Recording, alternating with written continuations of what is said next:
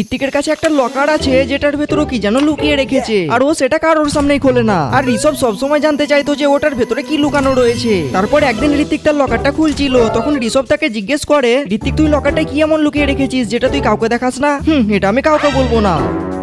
ঋত্বিক ওটার ভেতরে কি এমন লুকিয়ে রেখেছে। তারপর একটু পরেই ঋত্বিক বাইরে যায়, আর এই সুযোগে ঋষভ তার লকারটা উঠিয়ে নেয়। এটার পাসওয়ার্ড তো আমার জানা আছে, এবার জানতে পারবো যে এটার ভেতরে কি লুকানো রয়েছে। এরপরও সেটা খুলতে লাগে, কিন্তু অনেক চেষ্টা করেও খুলতেই পারে না। মনে হয় ঋত্বিক এটার পাসওয়ার্ড চেঞ্জ করে দিয়েছে। তখনই সেখানে ঋত্বিক চলে আসে। আরে তুই আমার লকারের সাথে কি করছিস? প্লিজ ঋত্বিক আমাকে বলে দে যে এটার ভেতরে কি আছে, না হলে আজ আমার ঘুম আসবে না। ঠিক আছে, তাহলে আমি তোকে একটা হিন্ট দিচ্ছি। লকারের ভেতরে এমন কিছু আছে যেটা তোর খুবই পছন্দের। তারপর ঋষভ একটু ভেবে বলে, আচ্ছা তো এর ভেতরে তুই ডেইরি মিল্ক লুকিয়ে রেখেছিস? না, এর ভেতরে সেরকম কিছুই নেই। তাহলে তুই বলে দে যে এটার ভেতরে কি আছে। ঠিক আছে, আমি তোকে বলে দিচ্ছি, কিন্তু তার আগে আমাদের চ্যানেলে 10 মিলিয়ন সাবস্ক্রাইবার্স থাকতে হবে। কি তাড়াতাড়ি তোমরা সাবস্ক্রাইব করো। আর এখন তোমরা এই লকারটা নিতে চাইলে এখানে ক্লিক করো।